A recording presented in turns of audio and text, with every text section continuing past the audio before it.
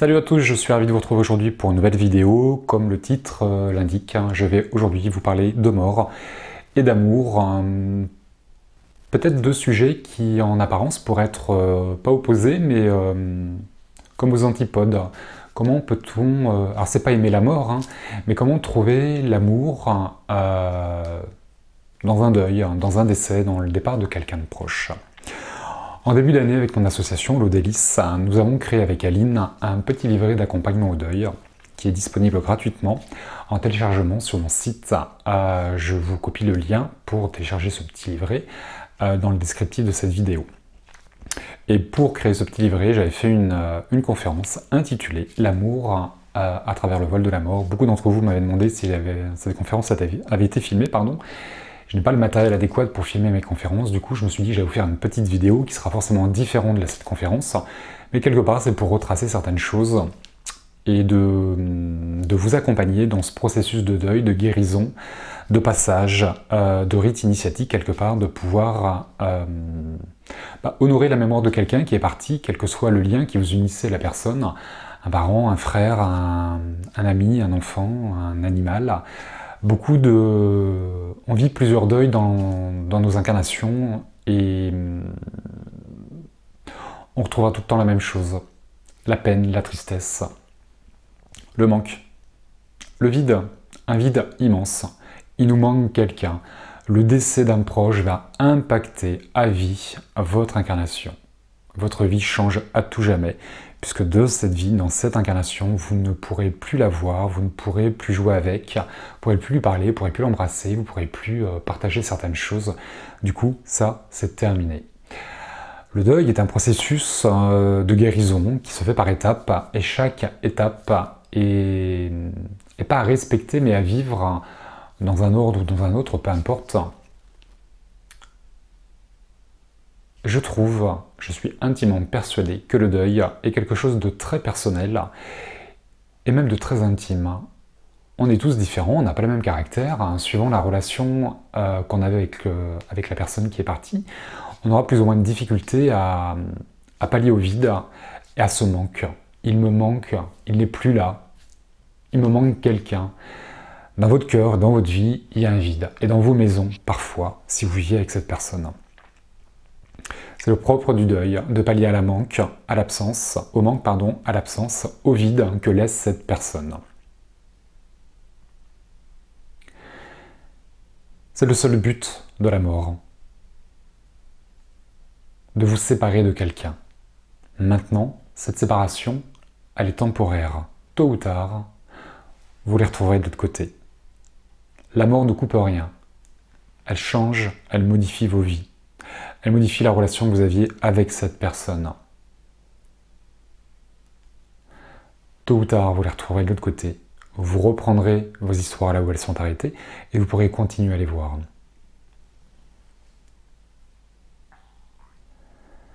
Beaucoup d'entre vous, lorsque vous me contactez, vous me demandez si c'est le moment de rentrer en contact avec un défunt. Il n'y a pas de règle. Il m'est arrivé de canaliser quelqu'un au bout de 48 heures après le décès, de rentrer en contact avec le défunt. Tout comme il arrive parfois au bout de 2 ans que je n'arrive pas à rentrer en contact avec le défunt. Ce contact ne dépend pas du médium, il dépend du défunt et également de vous, mais principalement du défunt. Est-ce qu'il est prêt? Est-ce qu'il est disponible? Est-ce qu'il peut? Il y a plusieurs paramètres qu'il faut prendre en compte. Je vous renvoie sur mes vidéos que j'ai déjà faites sur le deuil, la transition de l'âme et autres. Et également de vous. Un message doit vous apporter une compréhension, une libération, de savoir qu'ils vont bien, que la vie est réelle de l'autre côté, mais doit vous accompagner, en aucun cas vous empêcher de faire votre deuil, et quelque part, on ne peut pas remplacer un contact médiumnique, on ne peut pas remplacer la présence de l'être cher, par un contact médiumnique. Ne devenez pas addict au médium et ne cumulez pas les consultations. Laissez toujours passer du temps. Un médium se consulte une fois dans l'année, voire 2 tout au plus, mais toujours espacé de plusieurs mois. On ne peut pas devenir addict à la médiumnité, vous ne pouvez pas toujours avoir des contacts avec l'au-delà, sinon vous allez remplacer le contact physique par le contact spirituel. Et il faut que ces contacts soient ponctuels et vous apportent quelque chose, et que vous soyez prêt à entendre le message, qui sera toujours positif. Voilà ce que l'amour vient impacter dans votre vie, ça vient changer la relation que vous entreteniez avec quelqu'un. C'est le but de l'amour. Je trouve que l'amour n'a qu'un seul but d'ailleurs, c'est de stopper la vie, de l'arrêter dans nos incarnations, dans nos corps de matière, dans la troisième dimension, sur la planète Terre, mais également de rendre précieuse la vie. C'est justement parce qu'elle s'arrête que la vie est précieuse. Si elle était éternelle, elle n'aurait pas la même saveur. Est-ce qu'elle serait aussi précieuse? J'en sais rien. On le saura de l'autre côté. Mais aujourd'hui, si elle est précieuse, c'est qu'elle nous rappelle qu'elle est courte, qu'elle s'arrête tôt ou tard, et qu'on peut profiter de ce qu'elle nous apporte, et notamment de profiter des personnes qui sont autour de nous. C'est évident, on n'en profite jamais assez. En règle générale, lorsqu'on perd quelqu'un, dans ce manque, dans ce vide qu'il va laisser, on se dira « mais je pourrais plus faire ça, on partagera plus ça, et ceci, cela, et si j'avais fait plus ?» Il y a toujours un moment à une culpabilité, il y a plein de pourquoi, il y a l'injustice, il y a la révolte, c'est toujours trop tôt, c'est jamais de la meilleure façon. C'est jamais d'une façon qui est... qu'on trouve... Comment qualifier le départ de quelqu'un d'ailleurs? La maladie, c'est toujours trop long, on voit les personnes se dégrader, il y a une délivrance, oui, mais c'est dégueulasse. Pourquoi ils se détériorent? Les accidents, l'injustice, la révolte, ça aurait pas dû arriver. Le meurtre, c'est pire. Le suicide, l'incompréhension, la culpabilité, j'aurais dû être présent. Les personnes qui partent dans leur sommeil, c'est ultra rapide, mais quelque part, on aurait aimé leur dire au revoir, on aurait aimé être présent. Il y a toujours, quelles que soient les conditions de la mort, des choses qui vont vous réveiller en vous des sentiments négatifs, de colère, de culpabilité, toujours des pourquoi. Il y a 1 milliard de pourquoi qui arrivent. Et je crois qu'il n'y a pas un seul mot pour justifier le départ de quelqu'un. C'est évident. Comment l'expliquer, comment le justifier? Comment pallier à tout ça, si ce n'est par l'amour que vous portez à vos défunts, à la personne qui vient de partir? Qu'est-ce que l'amour d'ailleurs? Une émotion? Un sentiment? C'est compliqué à définir l'amour. Il y a plusieurs manières d'aimer et il y a plusieurs formes d'amour. C'est un lien, l'amour. Un lien entre deux personnes. C'est une énergie. C'est l'énergie de création, l'énergie de vie. C'est le plaisir. C'est l'envie. L'amour, c'est ce qui va vous relier aux autres. Sur Terre, dans nos corps de matière, que ce soit dans la famille, dans les amis, dans les rencontres, quel que soit le temps qu'elles puissent durer, ces rencontres amoureuses dans un couple, ce qui va nous relier à l'autre, c'est l'amour.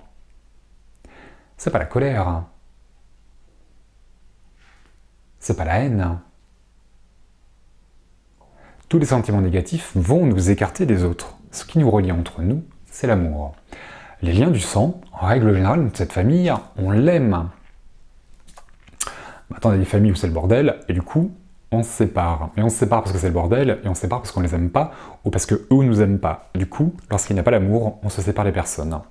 L'amitié, qu'est-ce que l'amitié si ce n'est de l'amour? On enlève le contact sexuel, il y a un amour. Frères et sœurs, cousins, cousines, oncles et tantes, tous les liens familiaux, tous les liens amicaux sont soutenus, sont tendus par l'amour, créés par l'amour. Ce qui va vous relier à l'autre, sur Terre, c'est le lien d'amour, l'amour que vous lui portez. Plus on aime quelqu'un, plus il prend de la place, plus il a de l'importance dans nos vies. C'est évident. Que ce soit un enfant, un parent, un frère, un ami, un conjoint, plus on aime cette personne ou un animal, les animaux prennent énormément de place dans nos vies, plus on les aime, plus on leur accorde de l'importance et plus ils ont une place dans nos vies, parce qu'en règle générale, les gens qu'on côtoie souvent, c'est les gens qu'on aime. Moi, ceux que j'aime pas, je vais pas les voir souvent, et je fais tout pour ne pas les voir. C'est logique. Du coup, c'est l'amour qui va nous relier sur Terre à l'être aimé. Non? Vous croyez pas? Posez-vous la question. Qu'est-ce qui vous relie aux autres, si ce n'est l'amour? Moi, en tout cas, c'est pas la colère, c'est pas la haine, c'est pas l'envie, c'est pas la possession, c'est pas la jalousie, c'est pas la dépendance. Il y a une forme de reliance, mais qui est toxique, qui est à couper, à travailler. Par contre, l'amour, lui, il va vous relier. Et c'est normal. Car l'amour, c'est la base de la création. C'est ce qui nous ramène à Dieu. Dieu, la source, le créateur, chacun l'appellera comme il veut, est une source d'amour inconditionnel. L'amour le plus pur, l'amour qui rend heureux, l'amour qui guérit, l'amour qui alimente, l'amour qui éclaire. C'est ça la source d'amour inconditionnel. Et toutes les âmes, quelles qu'elles soient, proviennent tous de cet amour inconditionnel, de cette source d'amour inconditionnel, et sont constituées d'amour inconditionnel. L'essence de ce que vous êtes, l'essence de ce qu'ils sont de l'autre côté, c'est la même essence, la même vibration, la même énergie, l'amour inconditionnel. C'est pour ça que sur Terre, on se reconnaît, on s'aime, on se relie grâce à l'amour. C'est évident. Pourquoi vous êtes-vous mariés? Je ne parle pas des mariages forcés ou autres. En règle générale, mariage ou union, sans passer devant le pasteur ou devant monsieur le maire. Pourquoi on épouse quelqu'un? Pourquoi on se relie à lui, si ce n'est par amour? Du coup, dans cette séparation matérielle que va provoquer la mort, comment vous relier à l'autre? Si ce n'est par l'amour que vous lui portez, puisque sur Terre on arrive à se relier par amour, à votre avis, qu'est-ce qui va vous relier à l'autre de l'autre côté? Si ce n'est l'amour que vous lui portez, que vous lui portiez et que vous lui portez toujours. En règle générale, lorsqu'on nous enlève quelqu'un de notre vie, on l'aime encore plus qu'avant. L'amour va modifier certaines choses, certains de vos comportements, et notamment le regard que vous portez sur la personne qui vient de partir. On a tous des défauts, des qualités, des forces et des faiblesses, et des comportements qui sont pas toujours géniaux. C'est normal, personne n'est parfait.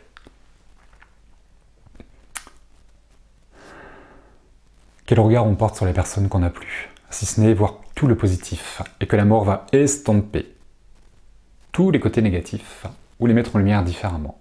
On leur accorde beaucoup moins d'importance. Comme la personne est partie, on va se raccrocher à tout ce qui faisait qu'on l'aimait. On va retrouver l'amour. C'est pour ça que les personnes nous manquent. C'est pour ça que c'est compliqué, c'est pour ça que c'est difficile, et c'est pour ça qu'on souffre. C'est parce qu'on l'aime, et qu'on n'est plus avec elle. Mais cette souffrance est une libération de tous ces sentiments négatifs qui sont vous, qui sont reliés à la mort, à cette séparation, au départ, au manque, à l'absence, au pourquoi, à l'injustice, à la révolte, au vide et au manque qu'il laisse auprès de vous et dans vos maisons. L'amour vous permettra de vous relier de l'autre côté. Du coup, dans ces prises de contact avec un médium, avec vos défunts, je pense que le meilleur moment, c'est quand vous êtes plein d'amour. Pour eux, pour vous aussi. Pas de culpabilité, pas de colère, pas de honte. Oui, c'est présent, on les vit, on les fait transiter, et ensuite l'amour apparaît. Accrochez-vous à l'amour que vous lui portiez, que vous leur portiez. À tous les bons moments que vous avez partagés, honorez leur mémoire, glorifiez-les, glorifiez la relation que vous aviez avec eux, honorez-les de la plus belle façon qu'ils soient, par l'amour que vous leur portiez. Envoyons de belles énergies, de l'amour à nos défunts, aux personnes qui nous manquent.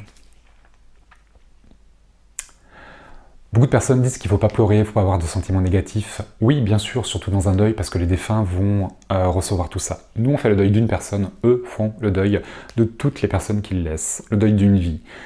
C'est différent, mais c'est compliqué pour tout le monde. Du coup, plus vous avez des sentiments positifs, dans la mesure du possible, plus vous aurez de l'amour, de la compassion, de la joie, de l'empathie, plus vous les aidez, vous les accompagnez. Je crois que c'est le seul moyen de pouvoir les aider, c'est d'envoyer de belles énergies, de belles pensées, toujours dans la mesure du possible. Maintenant, quand vous êtes triste, pleurez, vous avez envie de vous mettre en colère, mettez-vous en colère. Chaque larme est une manifestation de l'amour que vous leur portez. Chaque douleur, chaque souffrance est une manifestation de votre amour qui vous rappelle que la personne est partie, qu'elle n'est plus là, uniquement pour cette vie. De l'autre côté, soyez assurés de pouvoir les retrouver, tôt ou tard. Vous êtes séparés de plusieurs années. Dites-vous qu'ils sont partis en vacances pour plusieurs années, faire un voyage, et que le contact est rompu. Le contact matériel, toujours. Il serait intéressant de regarder cette mort différemment et de concentrer votre attention sur l'amour, sur ce qui fait du bien. L'entourage, je le disais, je suis intimement persuadé que le deuil est un processus qui est très personnel et très intime et qu'on va tous le vivre différemment. C'est logique. L'entourage va se manifester à vous comme bon lui semble, par bienveillance, par amour, là aussi. Vos proches vont venir ou vont ne pas venir, par peur d'être indélicat, d'être maladroit, de ne pas savoir quoi dire, savoir quoi faire, comment se comporter, c'est compliqué. Parfois ils sont maladroits, parce qu'ils réactivent des choses. C'est compliqué. J'invite d'ailleurs toutes les personnes qui auraient des proches qui sont dans un processus de deuil à être attentifs à ce qu'ils disent, à ce qu'ils manifestent et à ce qu'ils vous demandent. Parfois, je trouve, c'est très personnel aussi, c'est indélicat de leur demander comment ils vont, de quoi ils ont besoin,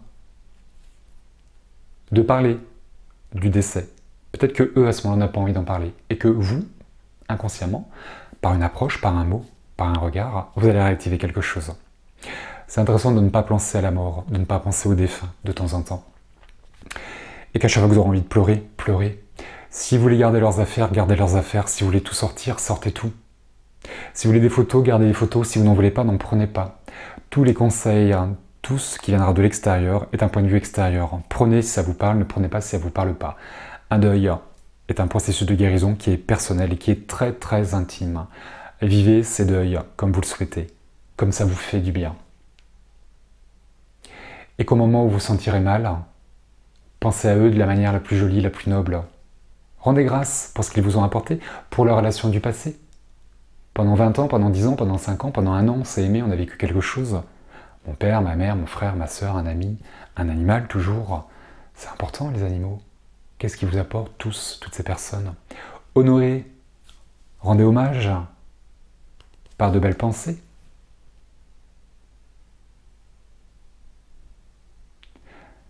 C'est utile de pleurer, car ça nettoie. Vos larmes sont la manifestation de votre amour et vont mettre à l'extérieur tout ce qui fait mal à l'intérieur. Ça fait du bien de pleurer. Mettez-y de la gratitude. Honorez leur mémoire dans ces larmes. Ça peut aussi faire du bien, je trouve. Pour moi, l'amour, sur Terre, il fait du bien, il guérit, il alimente, il nous rend heureux. On se marie, on a des enfants. Les frères et les sœurs, les amis, les animaux, la terre, les voyages, la nature, un pays, tout ça. C'est toujours synonyme de bonheur, l'amour. Et si vous mettiez de l'amour dans votre deuil? Et si vous mettiez de l'amour dans la mort? Quelle couleur, quel visage, quelle odeur ça pourrait avoir aujourd'hui?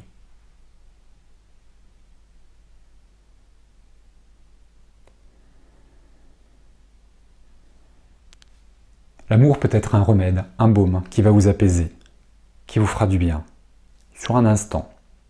Mais même si 1 minute, c'est intéressant de ne plus souffrir pendant 1 minute, de ne plus pleurer pendant 1 minute, de ne plus avoir mal pendant 1 minute. Et que cette minute se transformera tôt ou tard en 5 minutes, en 1 heure, en 1 journée, en 1 semaine, 1 mois, 1 année, où on ne souffre plus. Le manque, il sera toujours là. Le vide, il sera toujours là. Par contre, ce qui aura changé, c'est que vous n'en souffrirez plus. Vous aurez accepté, vous aurez compris, vous aurez libéré et guéri ce qui demandait d'être guéri en vous, par l'amour.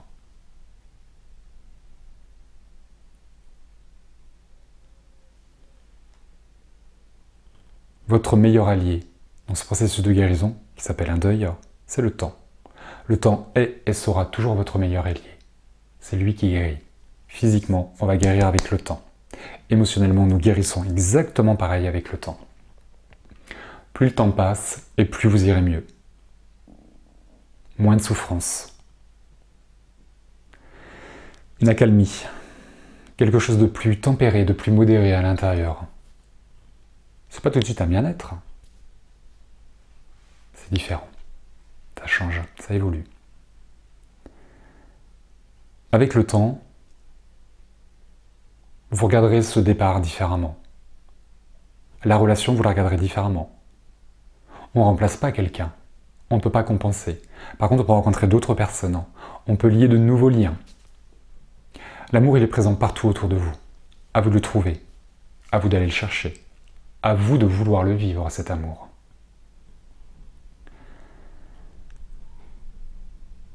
Aucun départ, aucun deuil, aucune mort n'est insurmontable. L'amour, à travers le voile de la mort, c'est ce qui va vous relier avec l'au-delà. Le voile de la mort n'est qu'un voile. Il estompe. Il efface pour quelques années, quelques mois, un certain temps, la présence de l'autre. Mais elle est juste estompée. Elle n'est plus matérielle. Elle est immatérielle. Sur un plan supérieur. Les plans de l'amour, les plans divins, les plans cosmiques, peu importe comment on les appelle. Vous êtes là, et ils sont là. Regardez-vous, parlez-vous, aimez-vous. Il n'y a pas un mot. Il n'y a pas un geste, il n'y a pas un regard.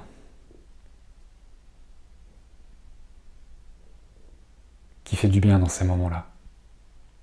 Parce qu'il manque quelqu'un. Il manque l'être que vous aimez. Et c'est de lui que vous avez besoin. Vous avez envie de le voir, de le parler, de faire quelque chose avec lui. Et c'est plus possible. Pas de culpabilité, surtout pas. Pas de remords, pas de regrets. Vous avez vécu ce que vous deviez vivre. Vous avez partagé avec lui ou avec elle ce que vous deviez partager avec lui ou avec elle. Ni plus ni moins.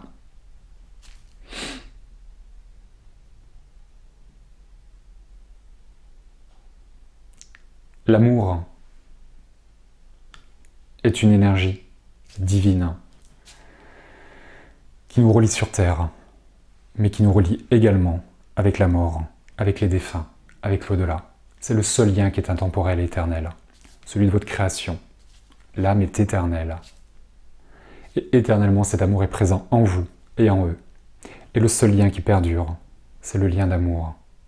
Voilà comment se relier à l'au-delà, à vos défunts. De pouvoir percevoir quelque chose. C'est pas dans la colère qu'on va se relier à eux. C'est pas dans la peine, c'est pas dans la tristesse. Quelle horreur! Mais quelle horreur! On peut pas leur envoyer ça. Puis on n'a pas envie de recevoir ça. On a envie d'envoyer de l'amour et de recevoir de l'amour. On a envie d'aller bien dans ce mal-être. Ce qui est cruel aussi dans ces deuils, c'est qu'on va en faire plusieurs. Et tout petit, par les grands-parents, par les animaux. Lorsqu'on perd un animal, quand on est petit, on s'attache à un animal. Son meilleur ami, son confident. C'est normal. Un papa, une maman, comment vivre sans ses parents? On les a connus toute notre vie. Ce sont des piliers. C'est logique. Maintenant, le cycle de la vie fait que, en règle générale, ils partent avant nous. Les frères et les sœurs, un conjoint. C'est extrêmement compliqué. Comment pallier à tout ça? Comment guérir tout ça? Comment faire avec? Si ce n'est avec l'amour et avec le temps. C'est ce que je vous invite à faire, à comprendre et à regarder différemment ce deuil. C'est toujours l'occasion de comprendre quelque chose sur la puissance, sur la grandeur du lien qui vous unissait. En règle générale, la personne, lorsqu'elle part, comme je disais tout à l'heure, les défauts, les faiblesses, les mauvais côtés, ils ont beaucoup moins d'importance. Honorez leur âme, glorifiez le lien que vous aviez tous les deux. Anoblissez tout ça. Et si l'amour vous montre à quel point vous l'aimiez, et effacez tous les autres sentiments. Oh, il me faisait chier, il avait un mauvais caractère.